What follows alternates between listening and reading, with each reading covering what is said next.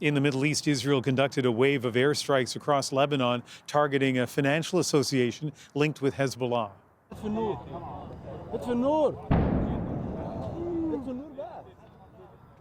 These blasts were right next to Beirut's airport. Israel's defense forces promised to carry out a large number of strikes on the organization it says finances Hezbollah activities.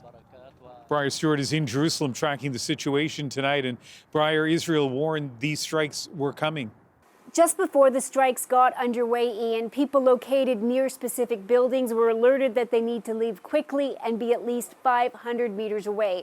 There were reports that sidewalks and streets were clogged with people trying to get out of the area. Now, Israel is targeting the financial arm of Hezbollah, a group that has been declared a terrorist organization by several countries, including Canada. And specifically, they're targeting a financial institution called Al-Qard Al-Hassan. There's 30 branches across Lebanon, and not only is it used by Hezbollah, but by a few thousand Lebanese residents as well. There are reports that there were a few dozen strikes across the country tonight, and as Israel continues its offensive there, it is also heavily targeting northern Gaza. Rescuers believe that underneath all of this, people still may be trapped.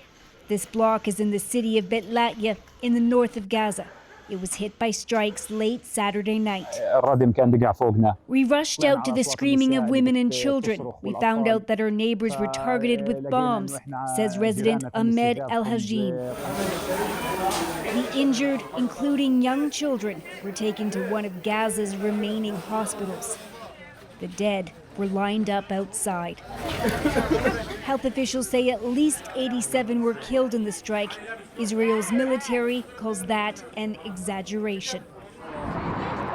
Its targeting of northern Gaza, where it says Hamas militants have dug in, is visible here, just 2 kilometers away. It feels much further.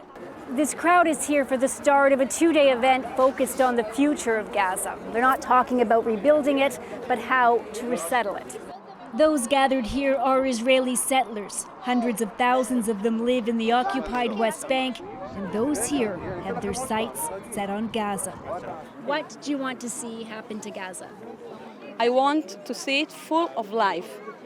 The only way to see it full of life is with Jews live there. As for the war being waged across the field, Chaim Walzer wishes Israel pushed harder from the beginning.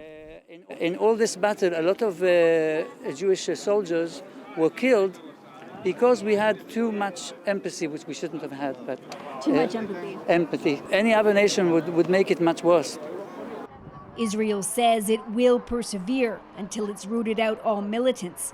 Just what will become of Gaza's blackened neighborhoods is still very unclear. The UN has condemned the strikes in northern Gaza. Humanitarian groups have called the situation dire. There's not enough aid, and the hospitals that are functioning are overwhelmed.